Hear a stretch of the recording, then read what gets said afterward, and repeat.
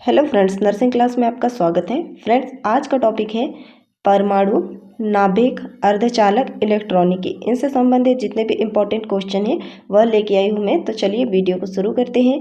आज का first question देखते हैं। हाइड्रोजन स्पेक्ट्रम की कौन सी श्रेणी दृश्य भाग में पड़ती है? हाइड्रोजन स्पेक्ट्रम की कौन सी श्रेणी है जो दृश्य भाग में पड़ती है? तो वह कौन सी है? तो वह है बाल्मर श्रेणी। कौन सी है? बाल्मर श्रेणी। ऑप्शन बी राइट हो जाएगा। नेक्स्ट देखते हैं, निम्नलिखित में से किस संक्रमण में तरंग दैर्ध्य न्यूनतम होगा? तो कौन से में है?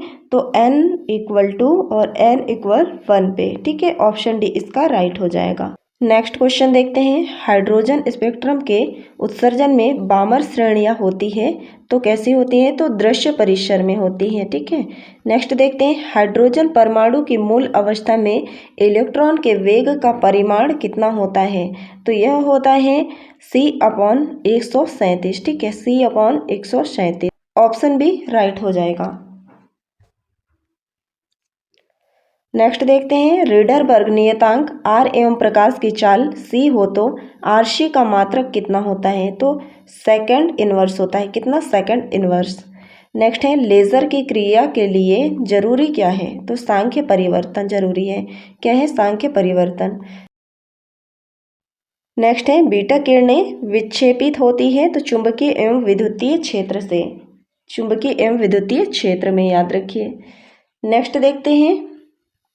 हाइड्रोजन स्पेक्ट्रम की कौन सी श्रेणी दृश्य भाग में पड़ती है? तो बामर श्रेणी है। नेक्स्ट है, निम्नलिखित में से किस वैज्ञानिक ने क्वांटम सिद्धांत का प्रतिपादन किया था? प्लांक ने। किसने? प्लांक ने।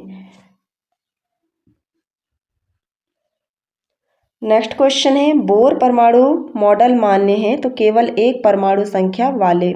ठीक है, कौन से? तो केवल एक परमाणु संख्या वाले बोर मॉडल मान्य है। नेक्स्ट है, परमाणु के लिए बोर परमाणु मॉडल मान्य है तो केवल एक परमाणु संख्या वाले परमाणु के लिए। ठीक है, कैसे? केवल एक परमाणु संख्या वाले परमाणु के लिए। नेक्स्ट है, हाइड्रोजन स्पेक्ट्रम के दृश्य क्षेत्र का अध्ययन सर्वप्रथम किसने किया था? तो किसने किया था? बामर ने किया था। नेक्स्ट है, जब हीलियम का एक परमाणु 2 इलेक्ट्रॉनों को खो देता है तो वह बदल जाता है किसमें? तो अल्फा कण में बदल जाता है। क्या है? जब हीलियम का एक परमाणु 2 इलेक्ट्रॉनों को खो देता है तो वह बदल जाता है किसमें? तो अल्फा कण में बदल जाता है। नेक्स्ट क्वेश्चन है, हाइड्रोजन परमाणु में इलेक्ट्रॉन का न्यूनतम कोणीय संवेग कितना होता है? तो h/2π। कितना? h/2π होता है। नेक्स्ट देखते हैं फ्रेंड्स, यहाँ पर हाइड्रोजन के तीसरे बोर कक्षा की त्रिज्या कितनी होगी? तो इसका करेक्ट आंसर है 4.77 एंगस्ट्रॉम। तो ये कैसे आया? तो हम यहाँ पर देखते हैं कि बोर की त्रिज्या कितनी होगी? बोर की त्रिज्या Rn, और इसका सूत्र है, हो जाएगा n² गुना 0.53। ठीक है, ये हो गया। फिर इसके अपॉन में z एंगस्ट्रॉम है ये। तो यहाँ पर हम देखते हैं कि यहाँ पर कितना पूछा गया है? तीसरे बोर कक्षा का पूछा गया है। तो हम यहाँ n की वैल्यू कितने ले लेते हैं? 3। 3 का स्क्वायर गुना 0.53, और z की वैल्यू कितनी हो जाएगी? तो इसकी हो जाएगी, हाइड्रोजन का कितना होता है? 1, तो यहाँ पर 1 ले लेते हैं। तो यहाँ पर हम देखेंगे 3 का स्क्वायर कितना हो जाएगा? 3 का स्क्वायर हो जाएगा 9, फिर गुना 0.53। ठीक है, अपॉन में 1 हो जाएगा। तो यहाँ पर हम गुणा करेंगे 9 का 0.53 से, तो कितना आ जाएगा? इसका आंसर आ जाएगा कितना? 4.77। ठीक है, एंगस्ट्रॉम हो जाएगा। कितना हो जाएगा? 4.77 एंगस्ट्रॉम हो जाएगा। तो ये आंसर हो गया। ठीक है, नेक्स्ट देखते हैं। निम्नलिखित में से किस संक्रमण में तरंग दैर्ध्य न्यूनतम होगा?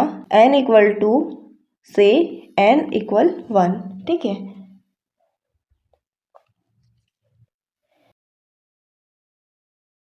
नेक्स्ट है, हाइड्रोजन की अनिश्चितता का सिद्धांत बोर के परमाणु मॉडल के विरुद्ध है। क्या है? विरुद्ध है। नेक्स्ट क्वेश्चन है, किसी इलेक्ट्रॉन का ग्राउंड स्टेट से पहले उत्सर्जित अवस्था में ले जाने के लिए आवश्यक ऊर्जा कितनी होगी? तो 10.2 इलेक्ट्रॉन वोल्ट होगी। 10.2 इलेक्ट्रॉन वोल्ट। नेक्स्ट देखते हैं, 300 रीडर वर्ग नियतांक का मान कितना होता है? तो 1.097 से 10⁻7 मीटर इनवर्स होगा। ठीक है। बोर परमाणु मॉडल सफल व्याख्या करता है, किसका करता है? तो यह करता है रेखीय स्पेक्ट्रम का। किसका? रेखीय स्पेक्ट्रम का। नेक्स्ट है इलेक्ट्रॉनों के आवेश का मान कितना होता है? तो 1.6 गुणा 10⁻19 कूलाम। ठीक है। नेक्स्ट है थॉमसन विधि द्वारा ज्ञात किया जाता है, तो क्या ज्ञात किया जाता है इलेक्ट्रॉन का? तो आवेश तथा द्रव्यमान का अनुपात। नेक्स्ट देखते हैं इलेक्ट्रॉन वोल्ट मापता है। इलेक्ट्रॉन वोल्ट क्या मापता है? तो ऊर्जा को मापता है। नेक्स्ट है परमाणु का नाभिक बना होता है, तो परमाणु का नाभिक किसका बना होता है? प्रोटॉन एवं न्यूट्रॉन से। नेक्स्ट है हाइड्रोजन परमाणु में इलेक्ट्रॉन का न्यूनतम कोणीय संवेग कितना होता है? तो h/2π जूल सेकंड होता है। नेक्स्ट है किसी नमूना का परमाणु क्रमांक Z तथा द्रव्यमान संख्या A है, तो इसके परमाणु में न्यूट्रॉन्स की संख्या कितनी होगी? तो A-Z होगी। कितनी? A-Z। नेक्स्ट देखते हैं एक गैस डायोड में क्या होता है? तो केवल एनोड, केवल कैथोड और नली में केवल गैस। ठीक है। ये सब पाए जाते हैं क्या? एनोड, कैथोड और गैस। नेक्स्ट देखते हैं नैंड गेट के लिए बूलियन व्यंजक क्या है? तो इसका है A/B = Y। ये क्या है? यह नैंड गेट है। ठीक है। नेक्स्ट देखते हैं यहाँ पर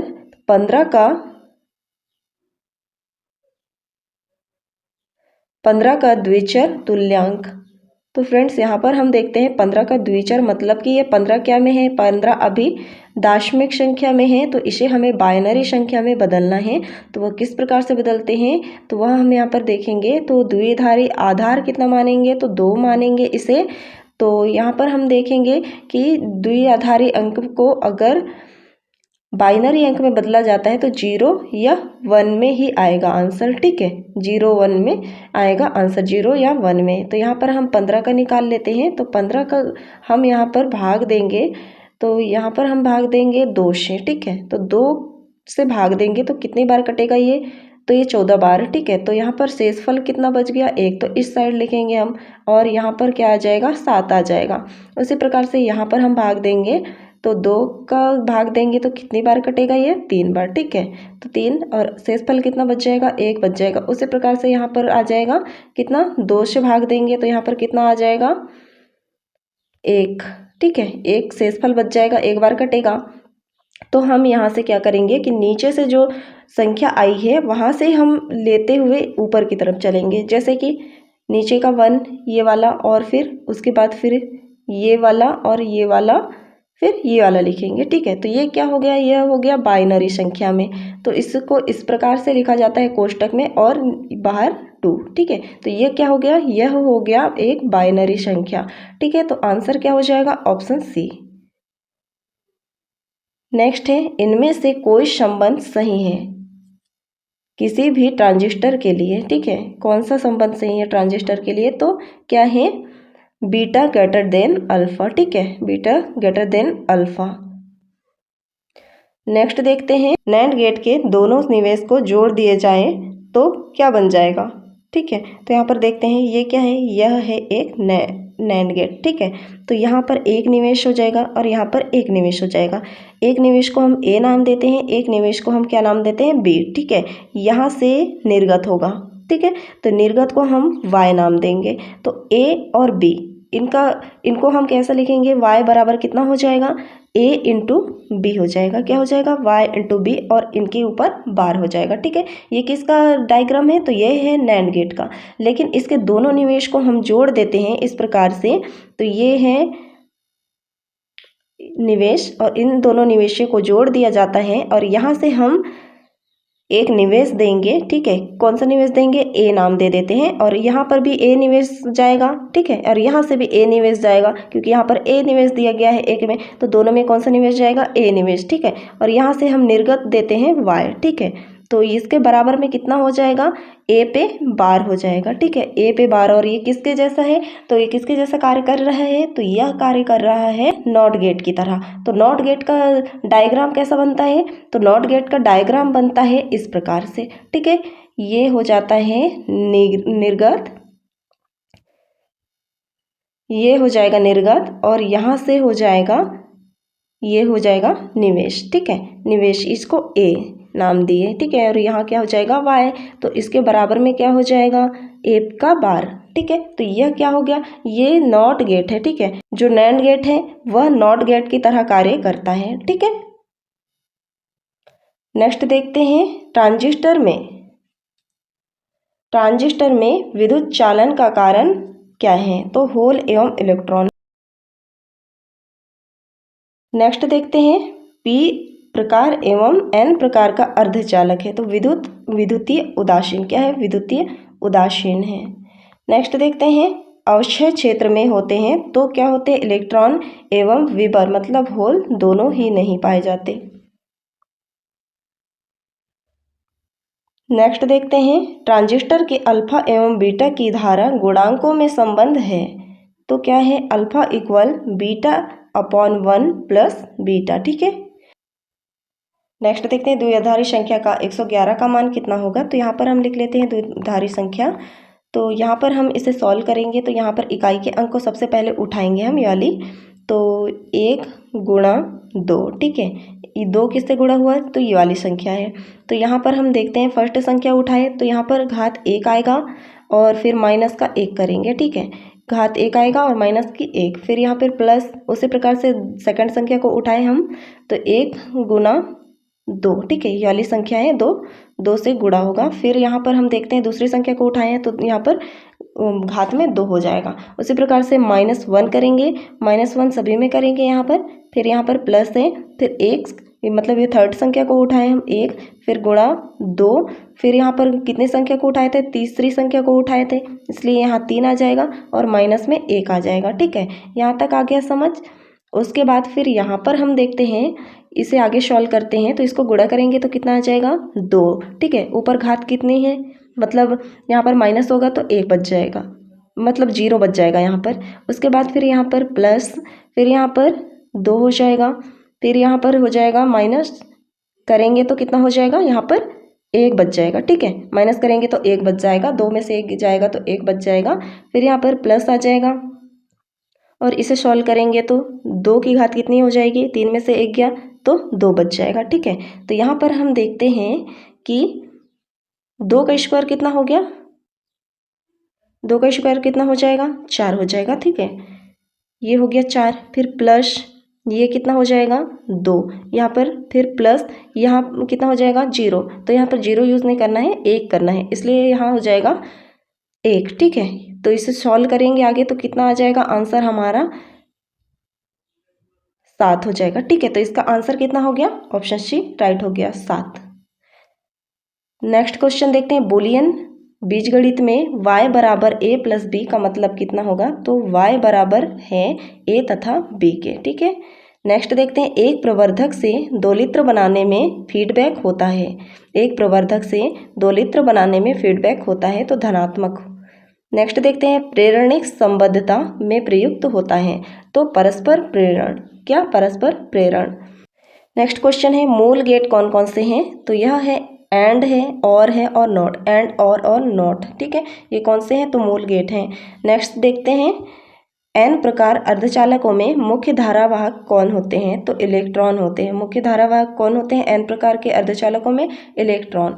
नेक्स्ट देखते हैं पी प्रकार के अर्धचालकों में मुख्य धारावाहक कौन होते हैं, तो होल होते हैं। ठीक है, नेक्स्ट देखते हैं ताप बढ़ाने पर अर्धचालकों का प्रतिरोध कैसा होता है, तो घटता है। नेक्स्ट है निवेशी वोल्टेज धारा को बढ़ाने वाले यंत्र को क्या कहते हैं, प्रवर्धक। नेक्स्ट है डायोड का उपयोग करते हैं एक रेक्टिफायर की तरह। ठीक है, एक रेक्टिफायर की तरह डायोड का प्रयोग किया जाता है। नेक्स्ट है किसी ट्रांजिस्टर परिपथ में विभिन्न धाराओं के बीच का संबंध होता है, तो IC equal IB plus IC। ठीक है, ये हो जाएगा। नेक्स्ट देखते हैं और गेट का बूलियन व्यंजक क्या है? यहाँ पर पूछा है और गेट का बूलियन व्यंजक क्या है? तो यह है y बराबर a प्लस बी हो जाएगा। क्या है? y बराबर a प्लस बी हो जाएगा। नेक्स्ट देखते हैं यहाँ पर, किसी अर्धचालक में छिद्रों एवं इलेक्ट्रॉनों की संख्या क्रमशः Np तथा Ne हो तो क्या होगा? तो Np बराबर Ne होगा। ठीक है, Np बराबर Ne। नेक्स्ट देखते हैं, अर्धचालकों में अशुद्धि मिलाने की क्रिया को क्या कहा जाता है? तो डोपिंग कहा जाता है। अर्धचालकों में अशुद्धि मिलाने की क्रिया डोपिंग कहलाती है। तो फ्रेंड्स, वीडियो कैसा लगा मुझे कमेंट में ज़रूर बताइए। वीडियो अच्छा लगा हो तो लाइक कीजिए, शेयर कीजिए, चैनल पर नए हैं तो सब्सक्राइब कर लीजिए। मिलते हैं नेक्स्ट वीडियो पे, तब तक के लिए धन्यवाद।